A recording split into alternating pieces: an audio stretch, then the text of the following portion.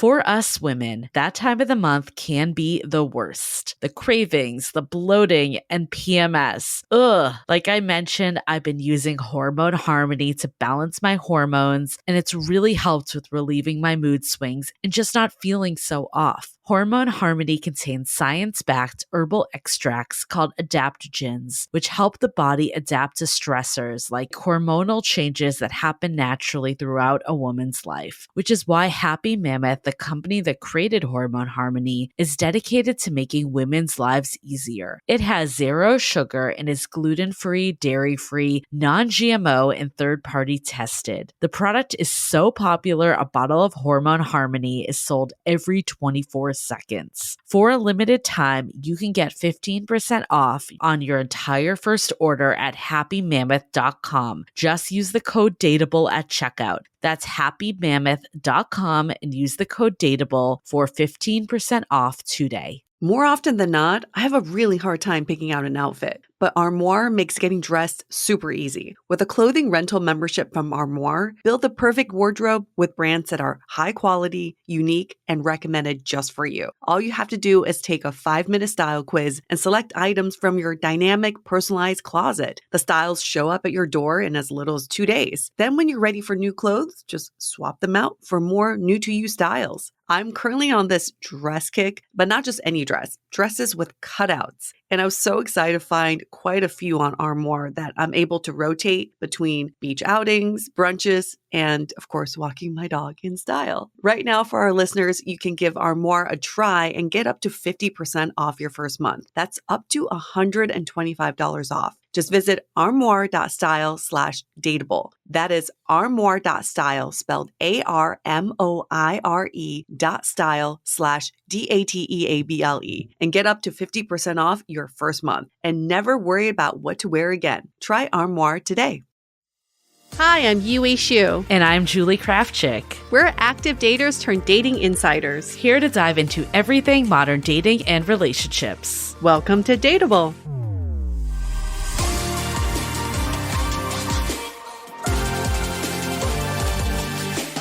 Hello, friends.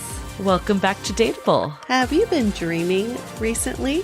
Because I dream all the time and I always forget what I dream. So I'm keeping a dream journal. But Julie, you know, I'm really into this topic of dreams. You are. Was it before South by Southwest or was it that got you? Okay. So when we were at South by Southwest, there was a seminar, I would say, because it was pretty long, right? Workshop. Yep. Yeah. That was all about like harnessing your dreams. And you were so ecstatic about it. So you were like, you've been to like multiple, and you're like, we need to do this on the podcast. And I'm like, how does this connect dating? Like outside of like, oh, I'm dreaming of this person. But I will say I'm a converter. I get it now. This was such an interesting episode and I took so much away from it. I feel like you're either in the camp of, oh, I'm really into dreams, or you're like, woo-woo shit, right? And I like that in this conversation, we bridge both universes because it's not just woo-woo. It's not like, oh, listen to what your dreams are telling you. It's not ignore your dreams, they mean nothing. It's about how do we harness our subconscious, which is most of our thinking brain that we don't use. And the only time we tend to use it is when we're sleeping. So think about all the horsepower in your brain that we are not harnessing yet that now we can tap into for who knows what the possibilities are. Yeah, I think when you put it that way, when you're like, look, we go to therapy, we spend hours with self-help books and podcasts. But then there's like that other layer of your subconscious. And can we use that too? And, our expert that we talked to, Charlie Morley, that we'll go into more, I loved how he broke it down that it's not an either or, but they can all kind of work together. Yes. And he's wonderful. Julie knows how much I love Charlie because I went to a Mind Valley conference in Estonia. I saw Charlie speak. He is kind of like a lucid dreaming expert. And in the talk I went to, he kind of gave you a step-by-step of how to lucid dream and then what do you do once you're lucid. We go into that in this conversation, but he's also just like a holistic dream researcher. He's been lucid dreaming since he was a teenager. Isn't that wild? That's just Yeah. good for him. So I feel like for people that aren't as familiar with the dream space, like what does lucid dreaming mean to you? How would you describe that to a beginner? The best way he described it was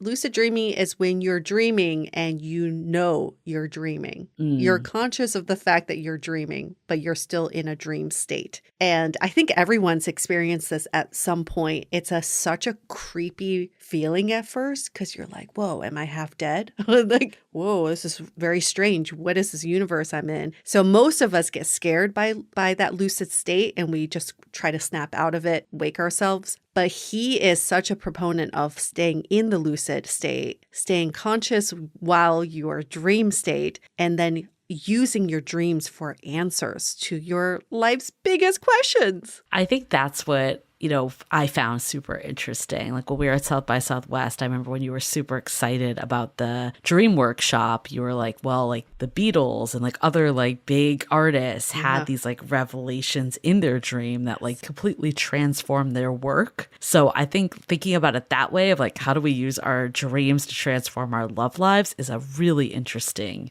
way of looking at it. I bet you anything, Cybertruck came to Elon Musk in a dream because there's no way a reasonable human being could think of that ugly ass thing in wake state. I'm just saying. It just looks like a dream state creature. So who is this conversation for? I think anyone that wants a new way of looking at what could be holding them back. Maybe you're in therapy, listening to all the podcasts, reading all the self-help books, but you also want to tap into your subconscious as a supplement. Yeah, really good for that. And maybe you're in therapy. You're looking for something to be a companion to your therapy or to take something into therapy. I know a lot of people who take their dreams to their therapist, not so much to interpret, but to discuss how they feel about these dreams. Yeah, I mean, Charlie goes into this in the episode, but he had he was able to make a correlation to some of his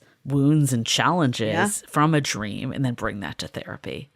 Yeah, I think anyone that's already interested in dream interpretation and lucid dreaming and wants more practical ways to leverage this, like what you were saying up top, Yue, about there's a balance of this being woo-woo, but also super practical. Yes. And if you just want to be the most interesting person at a party, I'm sorry, these are like... If you just want attention, talking about lucid dreaming will get everyone's attention no matter where you are. And you're going to have some interesting facts and stats to throw out at people. Absolutely. I think this would be entertaining at any party or date. Like, who doesn't like talking about dreams? Just don't text someone like, I had a dream about you. That's really fucking creepy. Is that creepy? You wouldn't like that? Depends on the dream. It depends who it was from, too. I just remember I had this guy back in the day that was totally breadcrumbing me. Like looking at it back now, it was the textbook breadcrumbing situation where he was always too busy to meet up, but then like would give me little crumbs and messages and he would just like send me a text that's like, I was dreaming of you last night and like shit like that. And it used to infuriate me. So I'm like, but you can't make, I don't know, an hour to meet up. But he told you that he had a dream about you? Yeah. I mean, maybe at the time I liked it. Let's be honest. Now it's infuriating. In the time I was like, oh, I'm getting some attention. Julie, you know what you should do? You should text him now. Be like, I had a dream about you. I had a dream about you. I had a dream about you getting, I don't know, eaten by a cat or something. Okay, now that we're like bringing this up, he's going to pop it. I bet you. Like, it's always random people. Always random people. He might. I know. And you'll hear this in our conversation too, but if you pay more close attention to your dreams, you'll start to realize like the people you think are in your dreams aren't actually in their physical manifestation. It's just like a symbol or a blob or a vibe, but you don't really see their face or, but you just know it's them.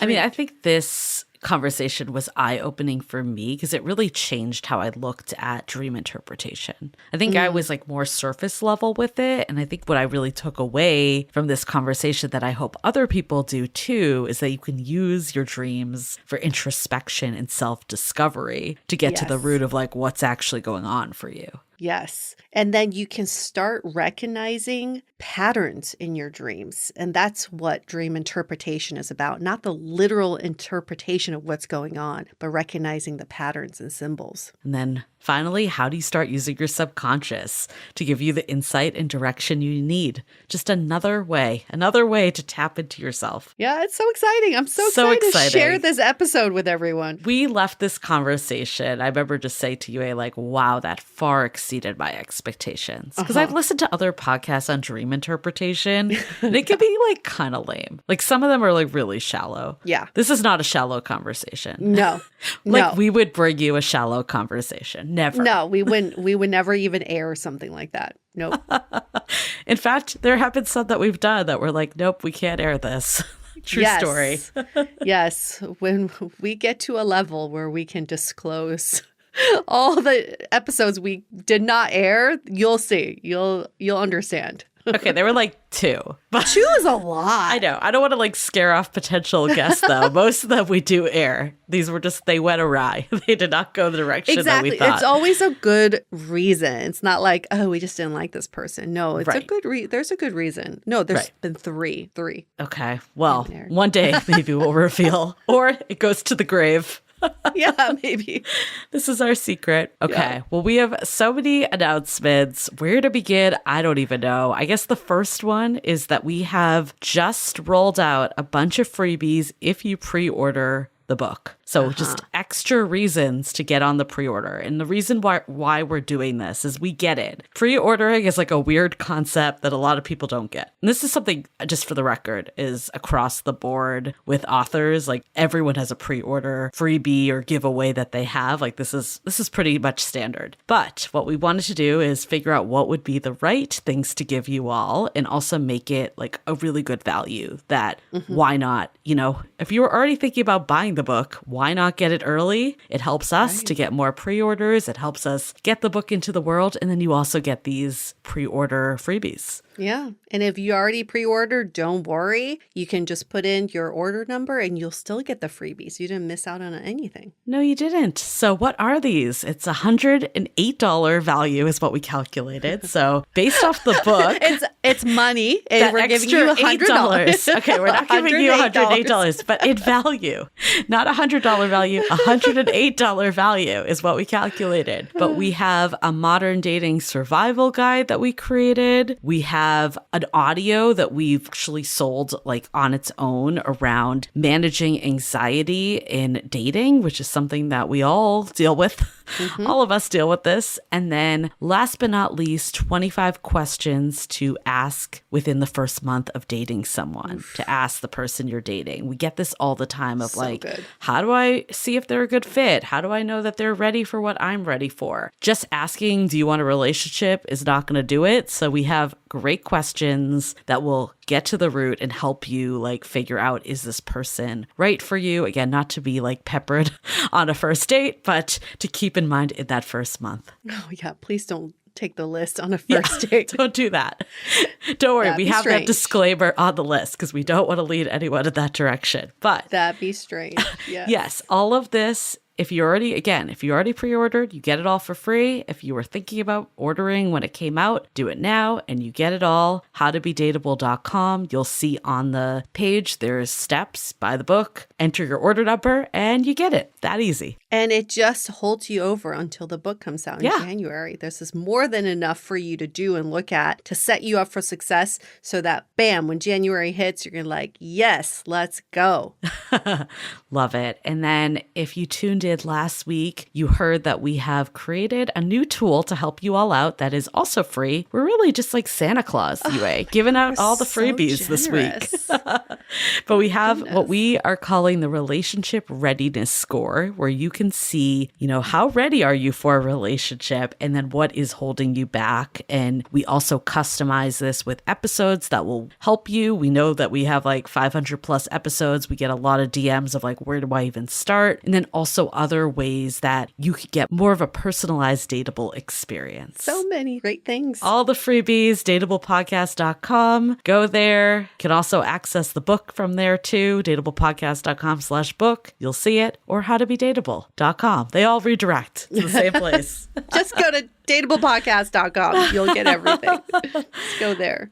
Okay, well, excited to get into it with Charlie, but before we do, let's take a minute to hear from our sponsors. I've been really brushing up on my Italian for my trip to Italy, and this partnership with Rosetta Stone could not have come at a better time. I've been carving out 30 minutes a day on my walks, and their app has made learning a new language so easy. And it's not just Italian. This is such a steal right now because Rosetta Stone is offering our listeners lifetime access with 25 languages for 50% off the normal price. If you're looking to brush up on your Spanish, French, or even Arabic or Polish, they got you as the trusted expert for 30 years and millions of users. The best part, though, is how fast it is because Rosetta Stone immerses you in the language, and there's built-in speech recognition to give you feedback on your pronunciation. So don't put off learning that language. There's no better time than right now to get started. Dateable listeners can get Rosetta Stone's lifetime membership for 50% off. Visit rosettastone.com/today. That's 50% off unlimited access to 25 language courses for the rest of your life. Redeem your 50% off at rosettastone.com/today today. As the crisp fall air rolls in and the leaves begin to change, don't rely only on pumpkin to spice up your life. Embrace the natural power of cannabis this fall with Via. Whether you're lounging by the fire or exploring new adventures, Via's premium federally legal cannabis products are your perfect companion. Farmed and crafted with care in the U.S. and trusted by over 500,000 customers, Via has a product for everyone. Via just launched their high THCA flower and brand new flavors for the THCA vape slime, so you have more options than ever to blaze your own trail. You've all heard me talking also about their gummies. My favorite is the High Love Gummy that will awaken your senses and increase blood flow. I absolutely love it for pretty much every occasion. So if you are over 21 years of age, head to viahemp.com and use the code DATEABLE to receive a 15% off. That's VIIAHEMP.com and use the code DATEABLE at checkout. Please support our show and tell them we sent you. This fall, enhance your everyday with Via. Okay, let's hear it from Charlie all about harnessing our dreams.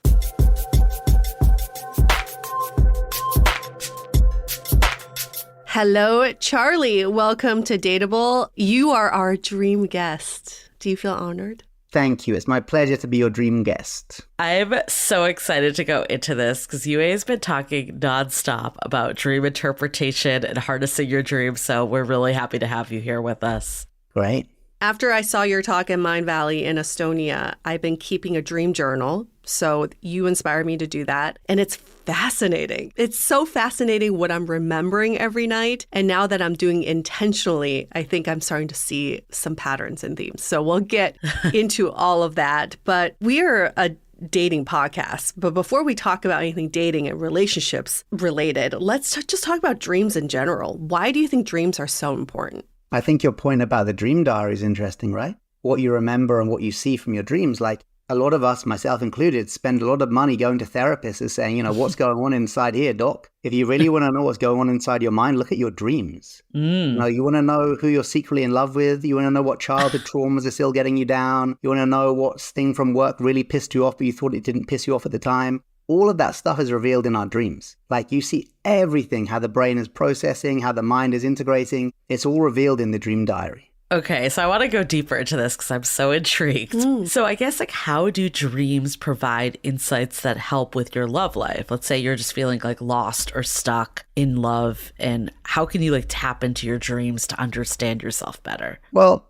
it depends what kind of dreaming you're doing. Like if you're having a lucid dream, where a dream that you know that you're dreaming as you're dreaming, and then you use the lucid dream state to ask for advice on your love life or your dating life, then you seem to be dealing with a higher level of intelligence, because we see that the brain goes into this kind of gamma wave state when we become lucid. And it seems that in the lucid dream state, you're gaining conscious access to the wealth of wisdom that lies in your unconscious mind. So if you're having a lucid dream, you can literally ask, should I be dating this person? You can call out, give me help with my love life. And your higher self will give you these answers. However, with non-lucid dreaming, so that's the vast majority of our everyday dreams, it's hard to tell because you could be having a dream where you're actually having like a really nightmarish scenario play out with this person you've got a crush on. So you might wake up and think, oh, that means I definitely shouldn't be with this person. Not so. Okay. There's a lot of very interesting evolutionary biology that shows when we have a high value event coming up in our life, like a big board meeting at work, we'll often have a nightmare or an anxiety dream in the nights preceding that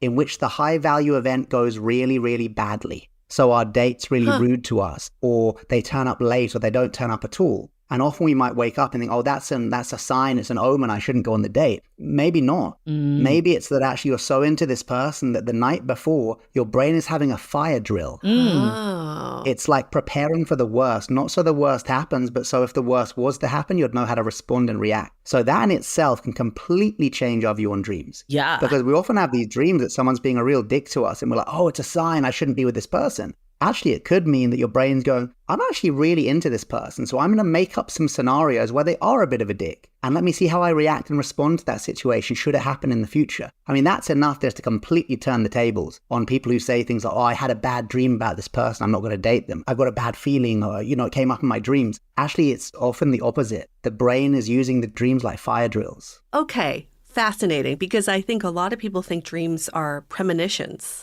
telling you about a prediction that's about to happen. Can dreams actually predict, or are you saying dreams can only just give you information? This is the tricky bit because premonition dreams or precognitive dreams, so prem before and then monition means warning, these dreams are real. We are way beyond anecdote here. There are way too many reports. I mean, we haven't proved it scientifically because to prove prophetic dreams scientifically, you'd have to prove consciousness. And that's a hard problem no one's been able to prove. You'd also have to prove the nature of time, which interestingly is actually the time-space continuum is still theoretical. We can't prove precognitive dreams. However, they seem to happen, but they happen rarely. So although they can happen, they happen much more rarely. So in the vast majority of cases, it's probably option A, that your mind is preparing for a worst case scenario should it happen. But there is always option B, that maybe you have picked up on something, that the subconscious has picked up on something and is going, no, this isn't a good idea. How can you tell the difference? It's the feeling upon awakening. Now, I know that's not a very scientific way of looking at it, but it's about feeling into your body. And if it's a true premonition dream, and we can only tell this retrospectively, right? Because the dream turns out to be true. And then the scientists interview the people and say, when you had this dream, how did you feel upon awakening? Time and time again, we get this sense that people are waking up with, the dream won't leave them. There's nothing kind of comical about it. There's nothing kind of, oh, it was just a dream, or what a crazy dream. There's a sense of real foreboding with it. If it were my dream, I'd probably listen to it. If it was the date just went so badly, they turned up and they were rude to me, and then the waiter got naked, and then our food turned up and it was popcorn rather than, haute cuisine, I would see, okay, this is a fire drill dream. The dreamer is playing out these ridiculous scenarios that probably won't happen, but it's kind of testing my responses should they happen. So I had this dream that my partner left me and just was I'm done with this. I can't do it anymore. And I mean, I already know I have a fear of abandonment, so that's probably creeping in. But as soon as I woke up and told him about this dream, he's just I'm not going anywhere. You don't have to worry. This is I'm right here. I'm here. Nothing's happening. And it did kind of pass real quick after that. Would you say that was more of a fire alarm, or do you think there's something deeper in there? I think that's really nice because the first thing you did was you acknowledged your current personal shadow aspects, one of which is abandonment trauma or fear of abandonment. I have exactly the same shadow, so I'm with you on that. And I need to know that because I have this shadow of fear of abandonment or abandonment trauma, that will often be played out in a fire drill. Now, it may have been that something my partner said to me the day before and the preceding days actually did kind of sting a little bit. Or maybe I watched something on TV about a couple breaking up. It could be anything. Right. That kind of just triggered that. And my brain going, hang on, how would I feel if they left me? Let me just play that out. Let me just rehearse that. But the fact you were able to let go of it so quickly in the morning, and the fact that actually led to this lovely connection between you and your partner. They were I'm not going anywhere. That's great. So thank goodness for that dream. Yeah, I like that distinction a lot of like, this isn't a freak out necessarily, but it's showing you what's important. And I think from that dream too, I was like, I really don't want to lose this person. Like, I don't want them to leave. So I used to have this recurring dream the night before a big retreat, and I would have it pretty much before every retreat, and I've lost control of the group. So they're all like getting naked, they're doing drugs, they're fighting. They're always getting naked. Yes. But basically, I've lost control of the group. And I used to have these dreams like always before a retreat. And before I came across this science, I always used to think, God, am I really that nervous about the retreat? Then I saw this science and I thought, oh no, this is great. This shows that the retreat for me is a really high value event. And because of that, I'm having this fire drill before just to kind of warm me up, let me know that this really means something to me. Strangely, since I came across that science, I've now stopped having those dreams.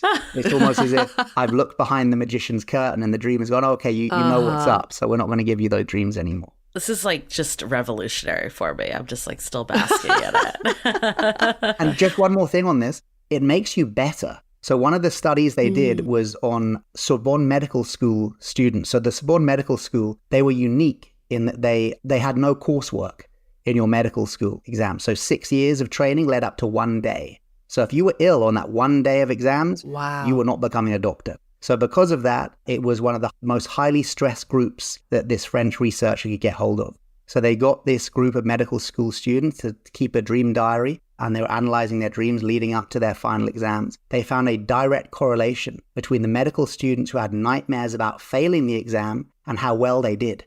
So much so that the top 5 results of the medical school graduates that year, all of them had nightmares before the exam. So they find a direct correlation between not only it's a high value event, but actually you will perform better at that high value event, whether it's an exam or a date, if you have a really bad nightmare of it going badly the night before. Wow. Wait, but then how can you tell if you're having fire drills in your head or in your dreams versus actual warning signs about this person? Yeah. Exactly. Like we say, it's so subtle. And I think this is why, it will always be a kind of a therapy rather than a science, because, as Julie just said, the subtleties of her being able to know that she has an abandonment trauma shadow, the way that her partner responded when she told them about the dream, it's really more of an art, not a science. It's hard to tell. But often with premonition dreams, you'll know about it. It'll be a feeling that you can't get rid of, because if you've had a premonition dream, your psychophysical system is trying to warn you. It wants you to know. So it's not going to let you forget about it. It's going to keep on reminding you about the dream, trying to kind of like draw your attention to it. Interesting. We had another guest on this podcast that they basically ended their relationship because one of them had this dream that she was in a burning house and it just like kept persisting. Wow.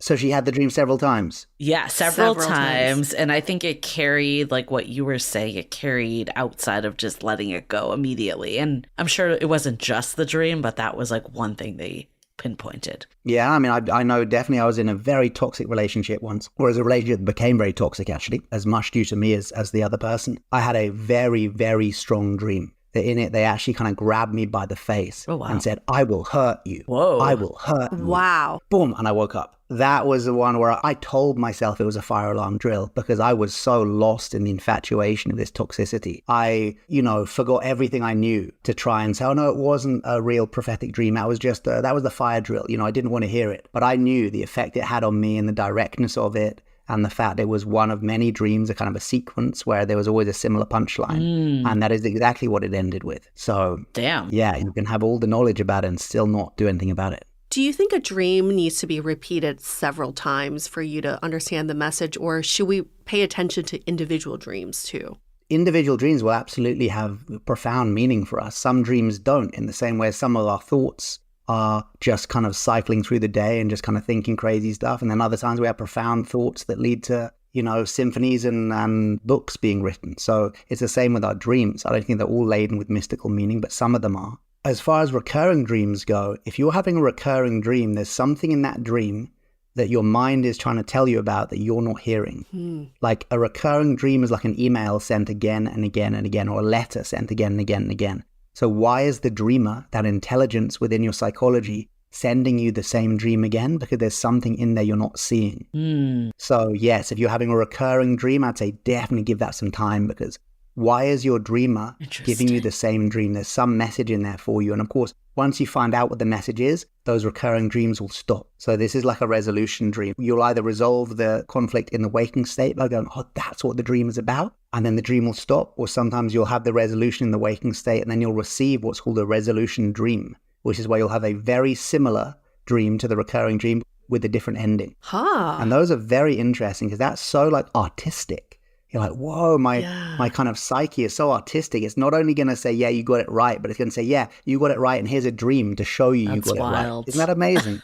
It really is. I mean, our brains are just so brilliant beyond belief. And I think we're just really not hearing it or listening to it. And speaking of recurring dreams, we might as well just go into some of the dreams that we've had because, well, we have you as an expert here. Shortly before, I think months before my last breakup, I kept having a dream of waking up in my bed alone and looking over and seeing my partner gone and having that feeling of, oh, I guess this is it. And I would wake up and be like, no, he's still there. This is not it. And it happened 5-6 times, I think. And when it actually happened, when that final breakup happened, I remember waking up, looking over, not seeing him there. And I thought, I've been preparing for this moment.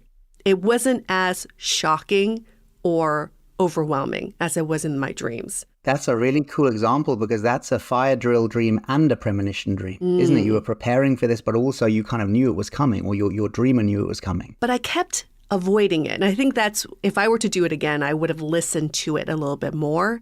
But I kept thinking, no, he's not going anywhere. And, this is just it's a blind fear of mine. I just need to ignore it. But I wish I had listened to it a little bit more. Yeah. So if people are having these recurring dreams that may be a little bit scary or play into their fears, what do you think is the first thing they should do?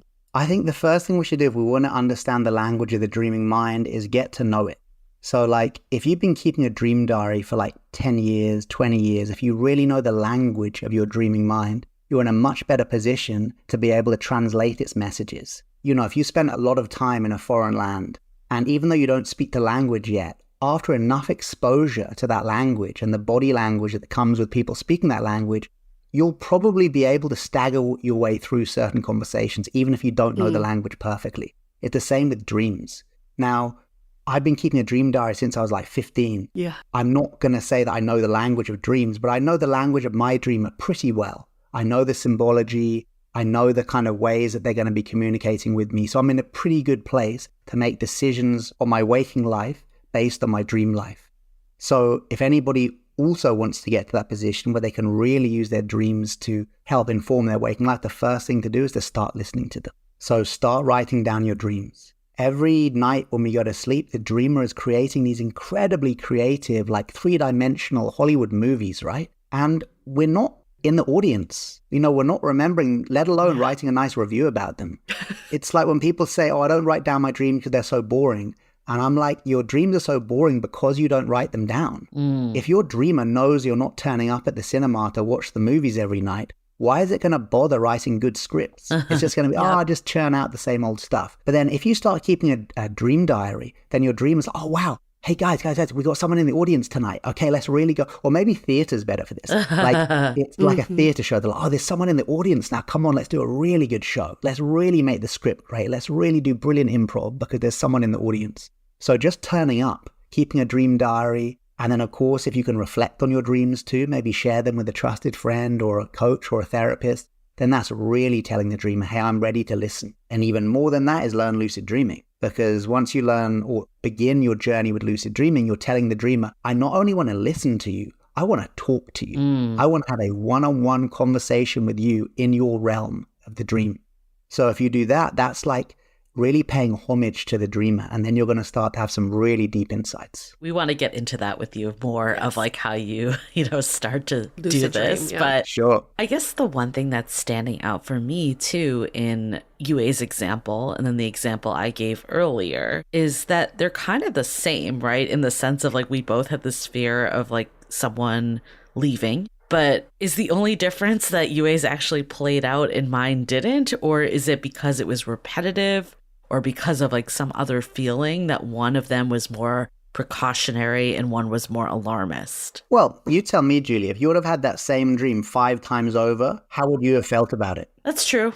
So maybe it is that alone is like, you're like, why do I keep thinking about this? Yeah, sometimes that, sometimes the feeling upon awakening. Again, I really want to be careful here to fall in the trap of like telling you what your dreams mean. Yeah. Like no one can tell you what your dreams mean. And no one can really tell you which dreams to act upon or which dreams to ignore. All we can advise is to get to know the dreamer so well. You know, when your best friend, someone you know really well, they can just look at you and you know what they're thinking. You walk into a party, you see some guy, or they either really like him or you don't like him, they'll look at you. And just in that one look, you know exactly what they think about this particular person. If you can get to the point where you know your dreamer so well as that, they can just give you one glance of a dream and you're like, yep, I need to act upon that. Or, nah, they've just got my best interests at heart. But it's so tricky. It's so tricky. I mean, Carl Jung, you know, one of the pioneers of dream interpretation and dream work, he's often quoted saying, no one can see your own back. See your own back, you need to look in a mirror or get someone to tell you what your back looks like. Actually, if you look at the original Swiss German, he's actually saying no one can see your own ass. He says, you want to look at your butt, you need to either look at it in a mirror or get someone to tell you what your butt looks like. So I think they should probably translate it more like that, because that is like with our dreams, right?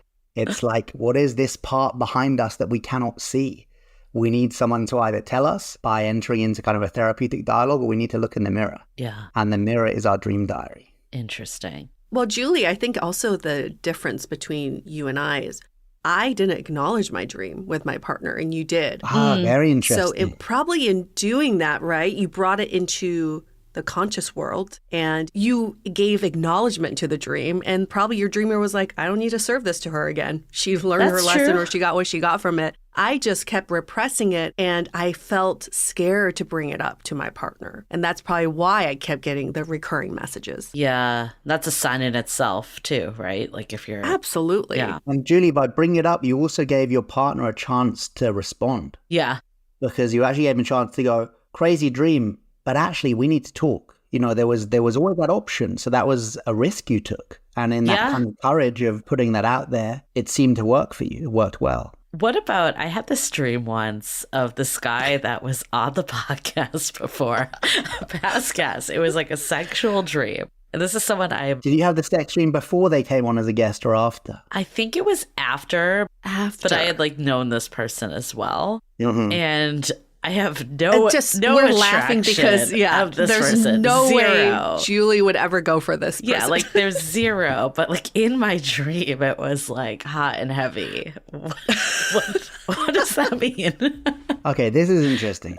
So there's a new book out at the moment by Dr. Rahul. Just came out. It's called Why We Dream. Okay. He's got a really cool section on sex dreams with strangers. He says the vast majority of people will have sex dreams not about people they know very well and their partners, although they might, but actually it's usually people like once removed from the tribe. And the theory on this was, for our kind of procreation as a species, you wouldn't have sex dreams about people within the kind of close circle of the tribe because you'd be related to most of them. Nowadays, we're not, right? We have our family and many people have their friends as well as their family. But we're still in this kind of evolutionary thing that we often won't have sex dreams about people in our very close inner circle because we may be related to them. Yeah. What we will have sex dreams about is people just on the outer circle. Like if you ask how many people have sex dreams about someone they went to school with or someone they worked with like 20 years ago, and they're like, dude, I've never thought about this guy, like, or person or whoever it is. Yeah. Like they were just a dude in the office like 10 years ago. Why am I dreaming about them? It's apparently, I mean, this is just one theory, right? But it's apparently that we're kind of thinking, if I were to leave this current relationship, what other kind of mates would be safe for me? You know, what are people in the past who I remember who were safe? And often when people say it was the random kid from school, it was the random like guy from college, or it was just the boring guy at work, it's like, yeah, because they're safe. And actually there could be something to do with the safety of that person you had this. So that's one option, that maybe there was something in you that felt this person would be a safe mate. There could be another thing in you that there's something in you that thinks this person would be a good mate. And that could mean they have good genetics. It could mean they have a good match for you. Who knows? I mean, he's good looking. Yeah. Or maybe there's some sort of like shadow kink playing out. Especially if it's someone who we thought I think that's really it. not Ding, into. ding, ding. Like if it's someone who's real, almost like it's the fire drill sex dream. It's like, what would happen if I had sex with this person? Yeah. That's it. It's a fetish thing. It's a fetish thing. Yes, you're right. Maybe it's a fetish. It's like he is so far from what Julie would normally go for that maybe it would bring out this other sexual side of her. I don't know. I do actually see a weirdness in safety because we come from like Really? similar cultural backgrounds. Oh, interesting. So there is something Okay. there, even though it seems far out from Yue's like eyes are bulging. But I actually could see a connection there. But I do think it's interesting that this person is very much a peripheral person. So I think that's interesting what you said. And I can think about it. It's not like the only person I've had a sex dream about. But I agree with you. Like most of the people aren't like the people I'm dating or someone close to me. It's always this like kind of random person. Yeah. And celebrities? Celebrity sex dreams are very interesting again.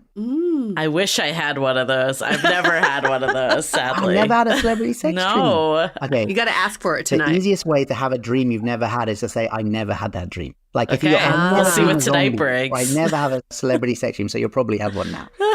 These are really interesting because celebrities nowadays are like reflections of our golden shadow, that which we repress, deny, and disown, but like our hidden talents. And they're in fact the gods and goddesses. You know, we don't have the gods of Olympus anymore. We don't have the archetypes that we used to have, like the wise man, the magician, the warrior, the lovers, the 22 arcana of the tarot. We now project them onto celebrities. So celebrity sex dreams are very interesting. And I'd say when anyone has one, don't discount them. If it's like a super random celebrity, oh, what the hell? That was a crazy dream. That was no meaning to it at all. Just have a think to yourself, what are the three main qualities that that celebrity represents to me? Yeah. Like, let's say if I had like a sex dream of like Beyonce or something. I'd be, oh, sex dream Beyonce, oh, just because she's hot, ha, ha, ha. Well, is it just because she's hot? Or what are the qualities of Beyonce? Yeah. And I might say like female empowerment. And say like girl bossing it, you know, because she runs all her own businesses. She got a really tight lead on her finances. And also I would say something about kind of not taking no for an answer. You know, if you look at her career, she's been so driven from a kid. Like she knew exactly where she was going. And then I think, well, what's sex? Sex is about union, coming into unification with something. So if I had like a sex dream of having sex with Beyonce, I would look at what did I do in the day before that or the preceding days that led me to have a dream that I'm coming into union with my inner feminist, my inner girl boss, my inner don't take no for an answer. And it's like, oh, I just put in a new book proposal. Okay, that makes total sense. The next day or in a couple of days, I dream about having sex with Beyonce. Yeah. Because to put in that book proposal was to kind of step into that gold and kind of access those feminine aspects of writing rather than doing. Suddenly it kind of can make more sense. Oh, interesting. What about this dream of, I've had this a lot recently. I keep dreaming about this guy I dated 15 years ago who made a strong impression on me. But in my dreams, I know it's him, but it's not physically him. He's in someone else's body or he's this inanimate object. But the essence of him is the through line in the dream. And I wake up and I go, I never actually saw his face. I just knew it was him. And I keep having these dreams where he reappears as someone else or something else. Yeah, I think that's a wider comment on dreams in general. I mean, how many times do we have a dream where it's like, I dreamt of my mum, but it wasn't my mum. She like looked like the teacher from school, but it was my mum. So many times when we talk about the dreams, I'll say that. Oh, I dreamt of this person, but it wasn't them. They looked different, but it was that person. Yeah. There's something about dreams where actually the kind of visual image of someone is like the grossest manifestation of them. It's like the most obvious, oh, there they are. They look like them. It's like really kind of a gross manifestation.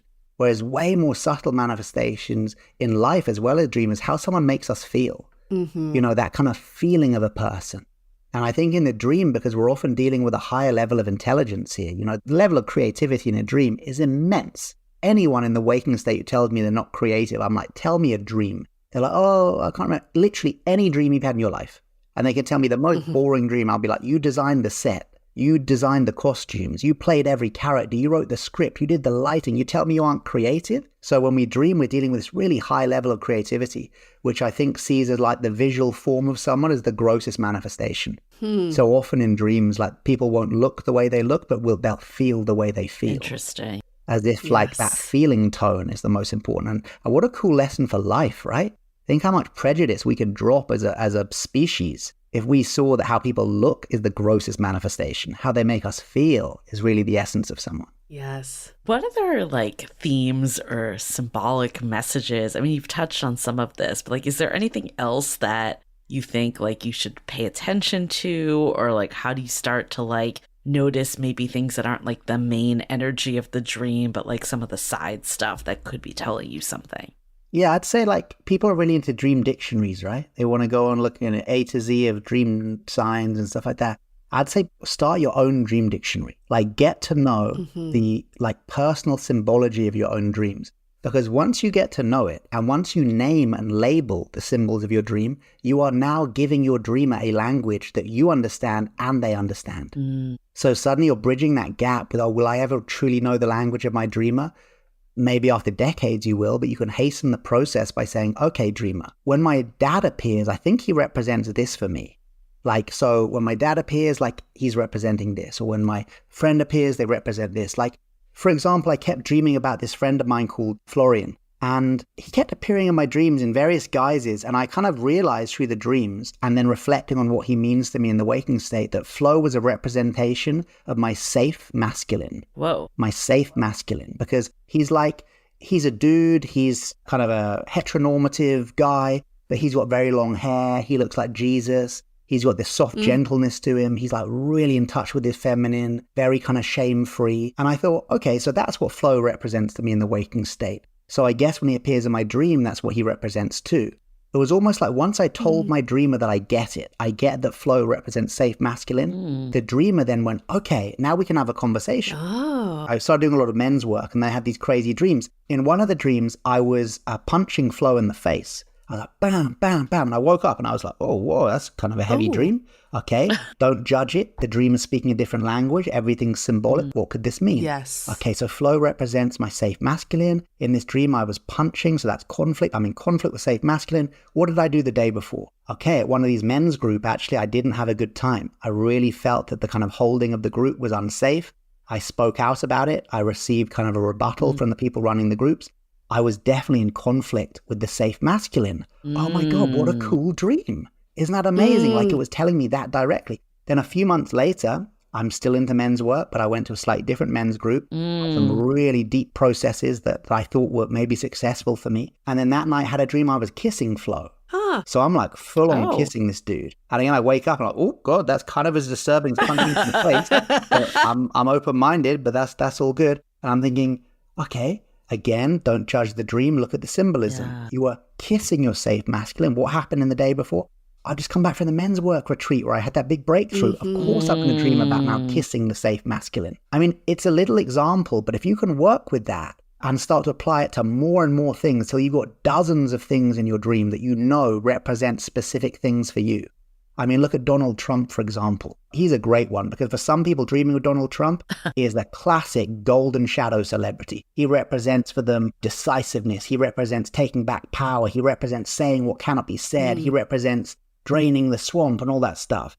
And then for other people, myself included, he does not represent that. He represents misogyny. He represents racism. He represents going backwards. He represents everything that's wrong with Americana. Two people have the same dream of Donald Trump and they go and Google, what does Donald Trump mean in your dreams? I mean, come on. Right. Get to know your own personal symbology within the dream. That's the best advice I could give. I love that. Oh, I love that.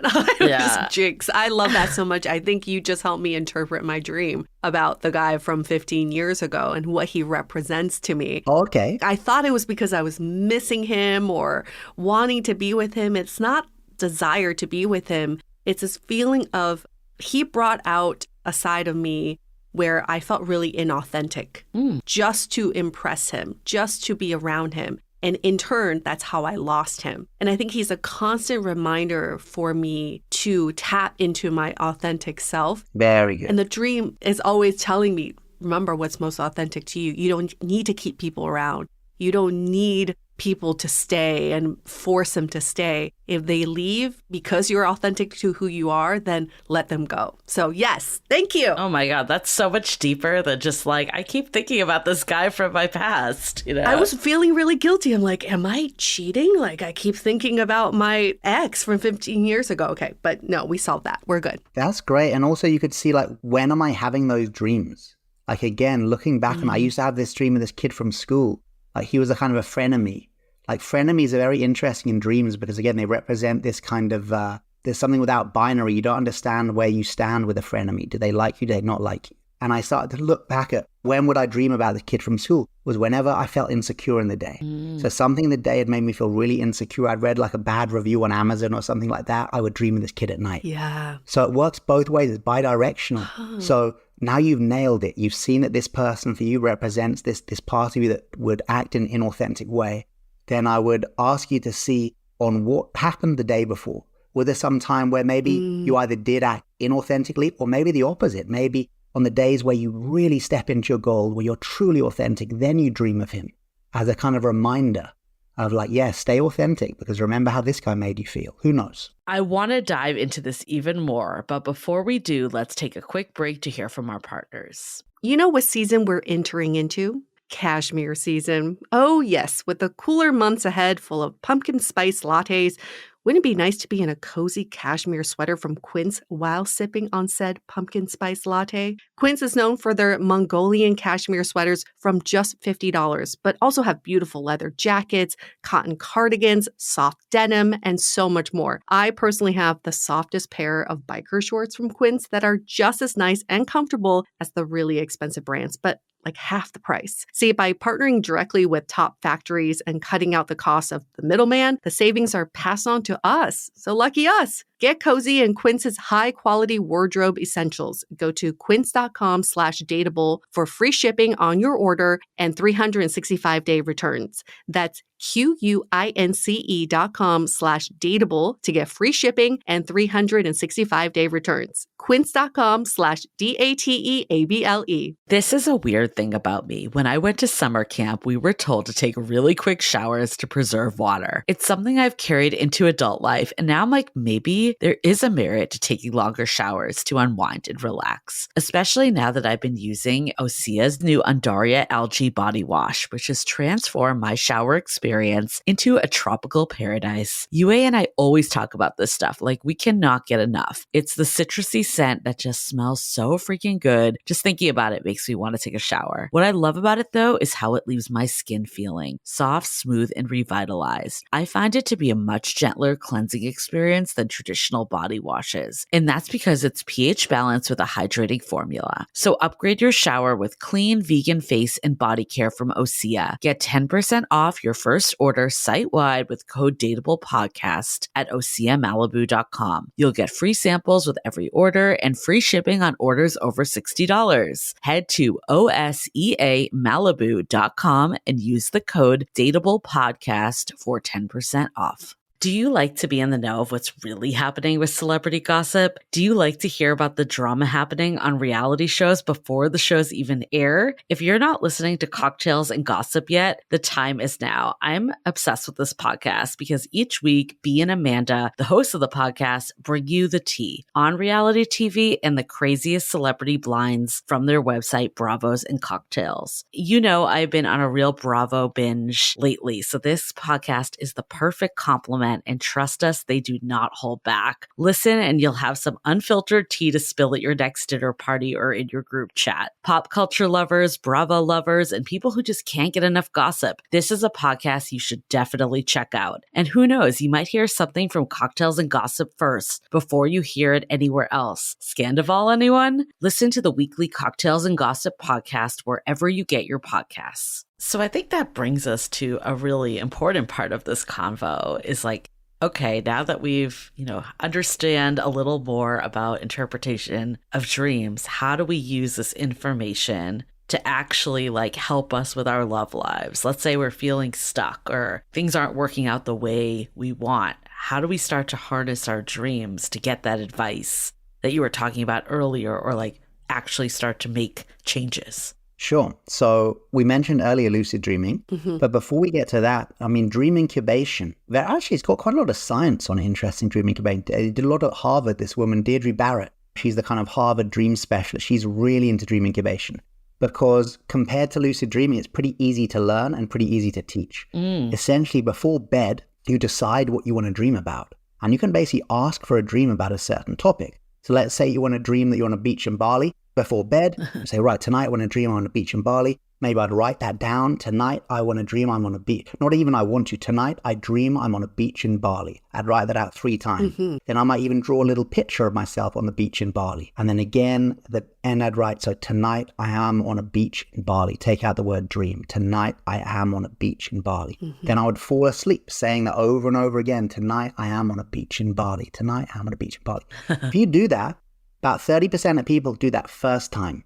So about 1/3 of people, the first time they try that technique, they can choose what to dream about. That's such a cool technique because it boosts your confidence. You're like, whoa, my dreamer is actually listening. There is actually some part of my mind that I can say, like, I want to dream about this. And it will be like, okay, yeah, I'll let you dream about it. So the dream incubation stuff is really, really good to do. So how could we do that for our love life? We could, again, before sleep, say, right, so tonight I want advice on my love life. And then actually ask our dreamer before we go to sleep to give us that advice on our love life. Just directly. Yeah. So like, just ask. Fall asleep saying, tonight I receive advice on my love life. Tonight I receive advice on my love life. Tonight I receive advice on my love life. It sounds so simple, but when has anybody ever tried it before? It's like we never try that because we think the dreams are out of our hands. But actually the dreams are very much in our hands. And again, a bit like a script writer who has to write like 5 new scripts every night. If you can go to that script writer and give it some content, say like, dude, I want to make your job easier tonight. I really want to dream about this. Actually, that script writer will say, oh, phew, I have such a tough job having to make 5 completely different dreams every night. And then, of course, the next day you need to kind of work in some sort of, maybe not interpretation, but you need to decode the messages because you might then wake up and you had a dream about like a running race and you're like, oh, dude, Charlie's technique didn't work. I dreamt nothing about my love life. All I dreamt about was I was running around this track over and over and over again. And I kept on tripping up on these things. I kept on tripping and falling. And when I looked down, the thing I was tripping over was like a cocktail glass. And you wake up, you're like, what does that have to do with my love life? And you could say, oh, okay, so maybe my love life feels like I'm going in circles. And what's tripping me up is my alcohol consumption. I go on dates and I'm drinking and I'm really not seeing this person in a clear mind. You know, that could be an amazing piece of advice that your dream has gone, don't drink on first dates. And that's actually a dream that someone's told me about. So that's why I'm kind of using that example. They then stopped drinking on this date they had coming up and it went very well. So who knows? I'm really into that. In addition to that ritual, are there any other things we can do with our environment that can make us more conducive to dreaming, like temperature and how we arrange our bed or anything like that? So basically dreams happen in sleep, right? They happen at the end of sleep, actually. So we have a cycle that goes hypnagogic state into light sleep, into deep sleep, into dream. So dream comes at the end of a cycle. So to have the best dreaming, we need to have the best sleep we can have. So anything that helps us sleep better will help us dream better. So there are some classics like keeping the bedroom slightly cooler than usual. Your bedroom should be the coolest room in your house. It should not be warm. You don't want to be kind of covered in blankets. The air should be chilly in the bedroom, which many people don't want to hear, but it really helps with our thermoregulation and our ability to sleep well. And the second thing is darkness, keeping the room as dark as possible if you can. So one thing I've noticed before is that sometimes I've had dreams like that are work related that have given me like the solution to a problem I've been experiencing. I haven't had this happen in love as much, but is there a way to like train yourself to do more problem solving? Let's say like, you know, decide if you should continue to date someone or to like figure out a conflict resolution. What are your thoughts? This is cool. So I'm kind of thinking on my feet here, but there is a technique you can do, not in the dream state, actually in the hypnagogic state. So this is the state of mind like as you fall asleep. And it was famously proposed by Edison, the guy who invented the light bulb. And what he would do is he would have these afternoon naps, he called them. They weren't actually naps. He was just kind of dozing in the hypnagogic. And he would fall asleep in an armchair and he'd hold ball bearings in his hands. And before he went into this nap, he would be considering the problem. So literally reading through his notes, considering the problem. How do I make a light bulb or, you know, whatever he's inventing at the time. He would then kind of put the notepad away and fall asleep clutching these ball bearings. And then he would doze into sleep. But when he entered full sleep, his hands would release the ball bearings that hit the floor. The sound would wake him up. Because he knew that access to not only dreams, but the hypnagogic state, the state between wakefulness and sleep, is actually for creative problem solving, possibly even better than dreams. And again, new studies from Harvard, Deirdre Barrett again, back this up. Because when we ask our dreams to solve our problems, although they can be great at solving problems, we've got to rely on first remembering the dream, writing it down in the morning and decoding the solution to the problem. Whereas if we can work in the hypnagogic state, we can fall asleep with a certain problem in our mind, drop into this half awake, half asleep state where we become way more creative. Why? Because the brain moves from left brain dominance to right brain dominance. And we know that the right brain is way more creative. So you can dip into this dreamy state, but luckily you can actually then come out and you remember what you've seen. Because you're not in that full dream where you got to kind of remember it in the morning. You might forget the dream. You might got to decode it. So I would say try an afternoon nap for this. Kind of lying down and try to not enter full sleep, but enter that kind of halfway state and bring the question to mind as you're drifting off. So again, you said it could be work problems, but again, this could be love life considerations, right? What would my life be like if I was with this person? You know, I often find with relationships, I ask, what will the date be like? Actually, what I want to ask is, what would my life be like with this person if the date went well? That's actually the question I want answering. Like, the date might go well or might go badly, right? But it's like, how would my life be if the date went so well I entered into a relationship with this person? That's actually the crux of the matter. So maybe to fall asleep with that and kind of playing that around in my mind as I fall asleep and then seeing what I can create in that hypnagogic state if any kind of insights come to me.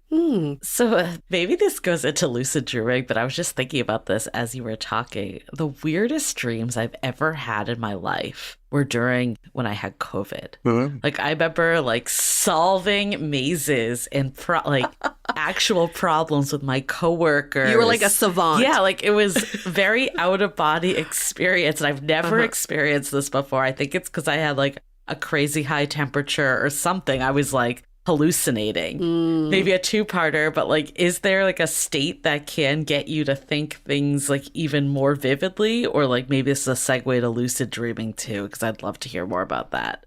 So fever dreams are interesting. Like these are real. It seems to be like because body temperature affects sleep and dreams so much, often kind of more nightmarish dreams. So not the same as you've had. You seem to have like really good problem solving dreams of this bit of COVID. Did you have COVID at the time? Yeah. No, I had COVID. Was it really bad? It wasn't really bad, no. Oh, okay. I was going to propose some theory there that like if you were really close to death and the body was like, come on, let's do our best thinking now. We haven't got long to live.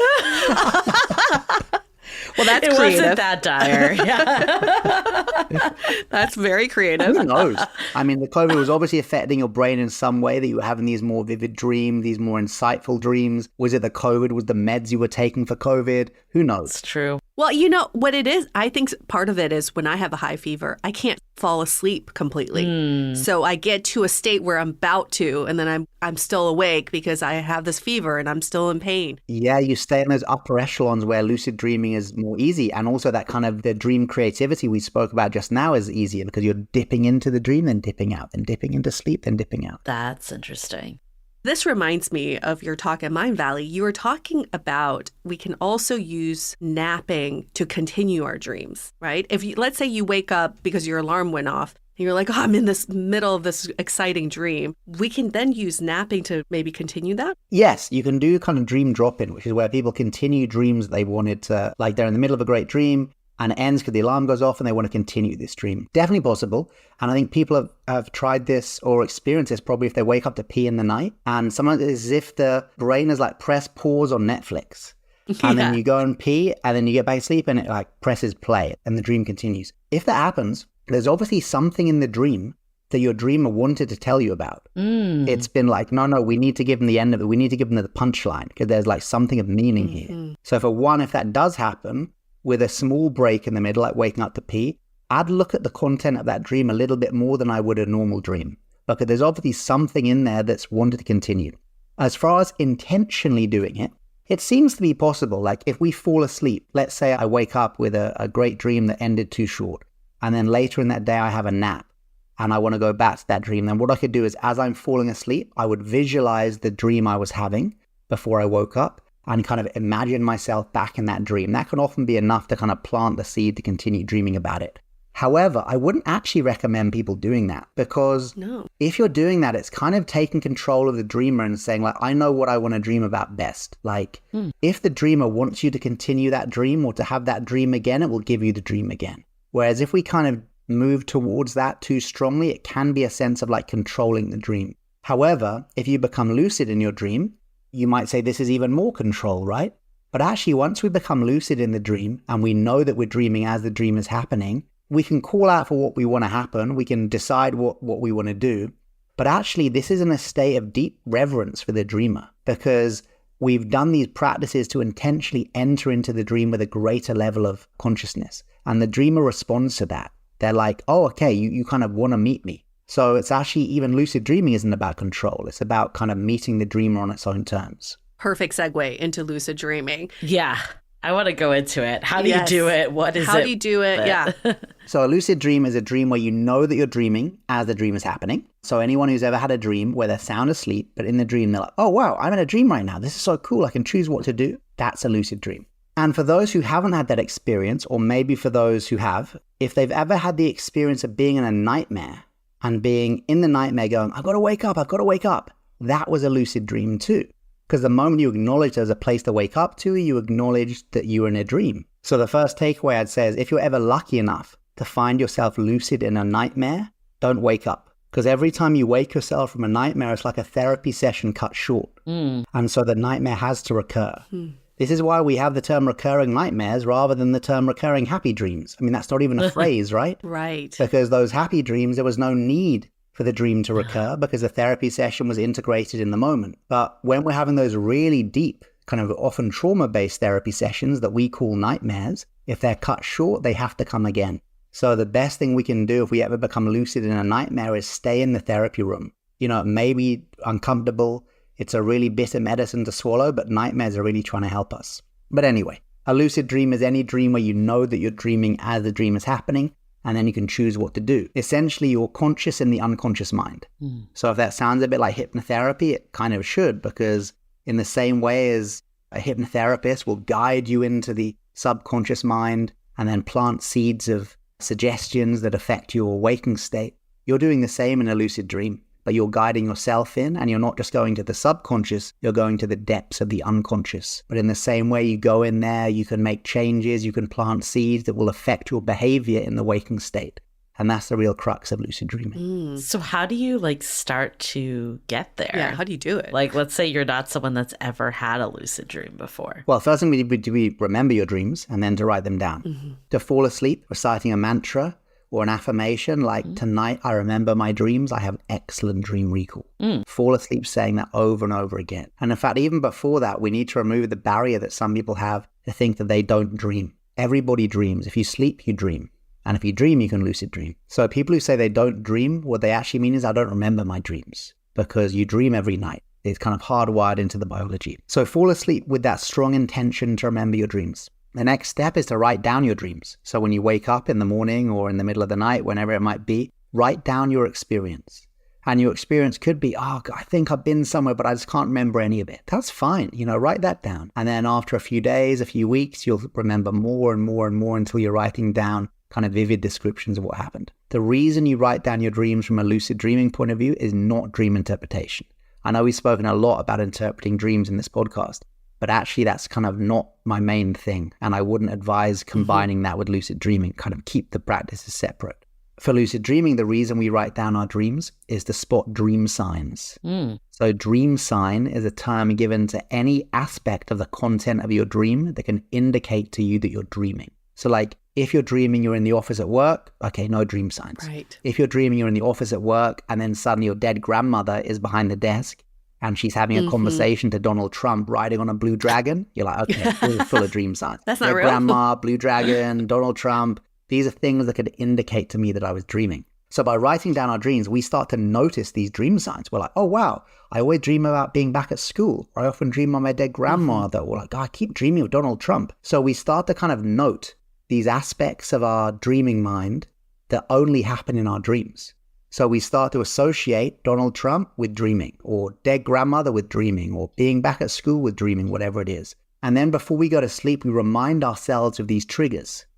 We say if between now and breakfast, I'm back at school, I know that I'm dreaming.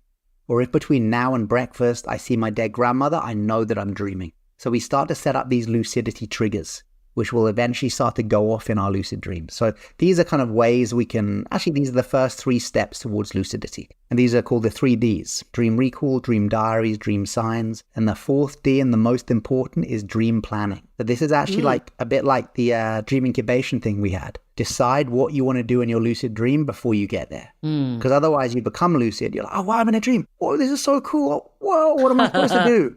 And then you just wake up. So far better you decide what you want to do beforehand. So what kind of stuff can you do in the lucid dream? Well, you could work with phobias. You could work with post-traumatic stress disorder and trauma. You could ask big questions. You could become lucid and call out, give me advice on my love life. Now, compared to a non-lucid dream where you might receive some sort of symbolic representation, if you become lucid and you call out your lucid dream, give me advice on my love life, someone will probably walk into the dream and go, okay, let's sit down. Okay, first of all, this person you're dating at the moment, they're good, but this. This next person you're going to date, what about that guy from work? It's amazing. Once you're lucid, your brain is awake and alive and on fire, and you can talk to your consciousness in personified form. This is very, very trippy. This is like being in the Matrix, but you're in the Matrix. It's like your psychological concepts become personified. So you can talk to fear. We have our fear of abandonment shadow. We could meet our fear of abandonment shadow in the dream. And in the lucid dream, it will appear in personified form. It's like this is next level psychotherapeutic work we can do in the lucid dream. Can you give us an example of how you use lucid dreaming to get insights into a dating conundrum or a love life issue that you were working through? Yeah, this was actually quite a heavy one, but we kind of mentioned it before with both Julie and me having kind of abandonment shadows. I had seen that there was this recurring thing coming up that was just wrecking relationships, that I was so scared of abandonment, I would end up manifesting the abandonment I was afraid of to kind of confirm my bias. To be like, yeah, see, I knew it. So I thought, okay, there's something really deep in here. It's kind of linked to trauma. It's really old. How can I get to it? Well, you could get to a few therapy, and maybe after a few months, I'll eventually be able to get to it. And therapy can be brilliant. But in some cases, a more direct route to that state is through the lucid dream state, because you get right there. So I made a dream plan to meet what I called Wounded Charlie, was the name I gave him, but it was my abandonment shadow, but I called the Wounded Charlie. And I became lucid, and in the dream I call out, Wounded Charlie, come to me, abandonment shadow, come to me, abandonment shadow, come to me. And I was on the top of a bridge, and I was calling this off the top of the bridge, and then I looked down and I saw me at the age of 21. Now, how do I know I was 21? I just knew, and also the haircut gave it away. I had a shaved head at the time. And I was like, that's me. And I was like, why is it me at like 21? And I realized that's when I first experienced heartbreak. And I was like, whoa, that's where this started. I was so traumatized by the heartbreak at 21. Wow. It had created this like deep wound that was manifesting in this fear of abandonment. And as I looked over them, what would have been great in the lucid dream was if I could have hugged them. Everything in the dream is symbolic. So what could be more symbolic of love and acceptance than the hug? So anything in the lucid dream, hug it, right? If you meet a monster, you meet something scary, something great, hug them. But I couldn't reach them.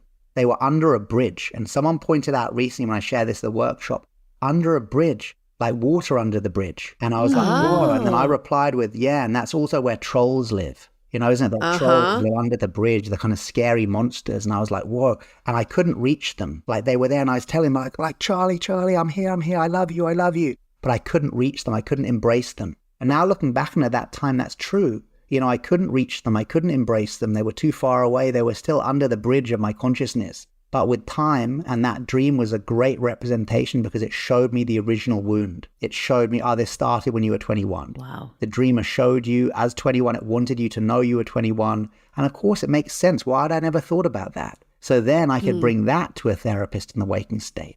So it was like, the lucid dream was quicker than therapy? Well, not necessarily. It showed me the original wound, which I could then bring to a waking state therapist and start to unpack it. So I think that's a really great way. It's not like lucid dreaming is a silver bullet that can just solve everything, but it can kind of make our progress much swifter towards these insights, which we can then work on in the waking state. This has been such an incredible conversation. I have so many takeaways, but I think first and foremost, we really need to look at dreams as another way and mechanism to get unstuck with our love lives. Yeah. Because I think this is a forgotten path. And I love some of the stuff you were saying too, of you can use your dreams to dig in deeper, whether that's with a therapist or have conversations or, on your own, whatever it may be, it's like a starting point. And I think sometimes you just need that starting point of like, where do I even go to get the answers I want? So I love all of that. And then just like what you were saying earlier about like the differences of taking dreams at face value versus looking at the meaning, but also not just a generic meaning, but assigning your own meaning. Yes. Because ultimately, the dreams are here to help you. You need to find a meaning that resonates so you can use this for the power it can be. So true. I mean, what I'm taking away from this is many of us, our first reaction to a problem is we want to seek external help. We read a book or go to a therapist or ask our friends and screenshot it and share with our group. And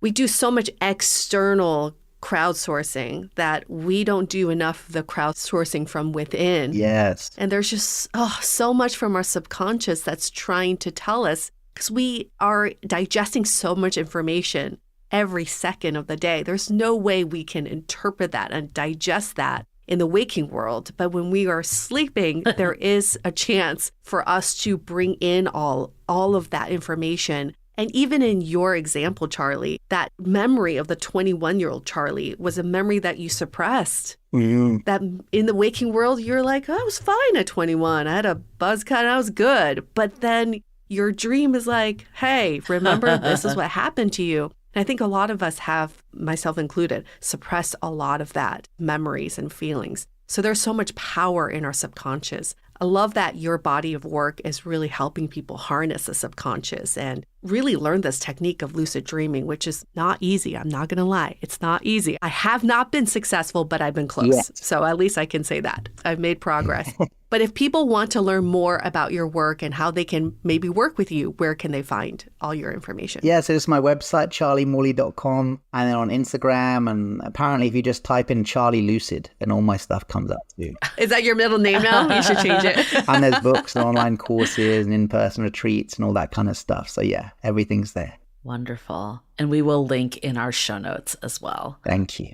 And while you, our listener, you're on the World Wide Web searching for Charlie Morley, you can also search for our upcoming book, which is coming out in January 2025, How to Be Dateable. You can pre-order the book right now. We are so excited to bring this information that we've learned in the last almost decade long podcast that we've been doing, speaking to amazing experts like Charlie and speaking to daters just like you listening, and really putting that information into a book of how we can rise above modern dating and create the love lives that we all deserve. And make sure to leave a rating and review while you're at it too. Please. Thank you. Thank you so much, Charlie. This was wonderful. We're all going to keep dream journals from now on and support each other in this endeavor. We're going to wrap up this episode. Stay dateable.